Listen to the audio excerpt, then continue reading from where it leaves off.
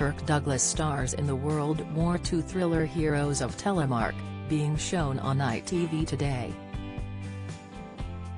The war thriller is set in occupied Norway, 1942, where a team of resistance fighters undertakes the vital and dangerous mission to destroy a heavy water plant to prevent the Nazis producing an atomic bomb. Kirk was one of the biggest Hollywood stars in the 50s, making his film debut in The Strange Love of Martha Ivers with Barbara Stanwyck before starring in serious dramas, westerns and war films. He was also well known as one of the most abrasive and unfiltered figures in the film industry. This was due in part to his tough upbringing. He grew up in New York in a poor family, and his father's alcoholism caused tensions in the family. In his autobiography, The Ragman's Son, he described himself as a son of a bee, admitting, "I'm probably the most disliked actor in Hollywood. And I feel pretty good about it. Because that's me. I was born aggressive, and I guess I'll die aggressive." There was an awful lot of rage churning around inside me, rage that I was afraid to reveal because there was so much more of it, and so much stronger, in my father. One person who would later feel the consequences of Kirk's difficult life was his own son, Michael Douglas, famous for starring in films such as Fatal Attraction and Wall Street.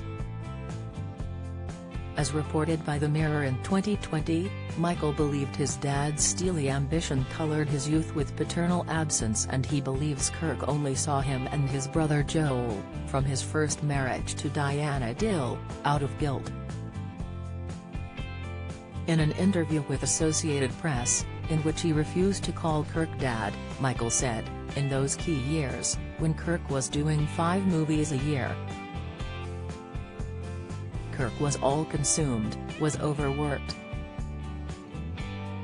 Probably like myself at a certain time in my life." A big rift between the father and son came when Michael convinced Kirk to sell him the rights to One Flew Over the Cuckoo's Nest, but didn't cast his father in the lead role. According to reports, Kirk was livid when his son decided to put Jack Nicholson in the role instead. To make things worse for Kirk, One Flew Over the Cuckoo's Nest went on to clean up at the Oscars. And Michael's 2000 marriage to Catherine Zeta-Jones reportedly also caused a divide in the Douglas family, with Kirk apparently refusing to be in the same room as his ex, Diana, the mother of Michael. Addiction was another factor which led to challenges for the family. Michael went to rehab in 1991 and got sober, but his younger brother Eric slipped into an 8-day coma after accidentally overdosing on Xanax. He never fully recovered his ability to talk and walk and died from an accidental overdose aged 46 in 2004. Michael's son Cameron also suffered from drug addiction, something the Hollywood star blamed himself for.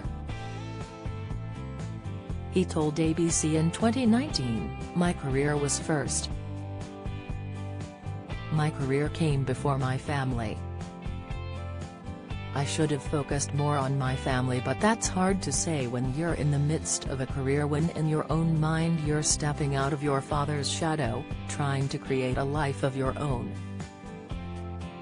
Kirk and Michael's relationship eventually improved after Kirk had a stroke in 1996, and came to depend on his son.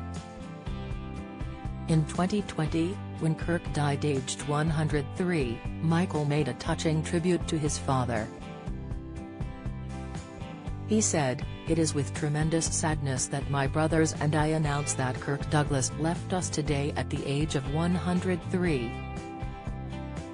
To the world, he was a legend, an actor from the golden age of movies who lived well into his golden years, a humanitarian whose commitment to justice and the causes he believed in set a standard for all of us to aspire to.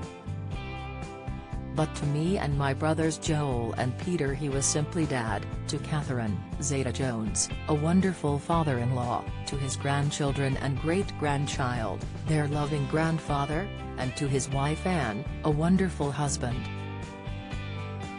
Dad, I love you so much and I am so proud to be your son.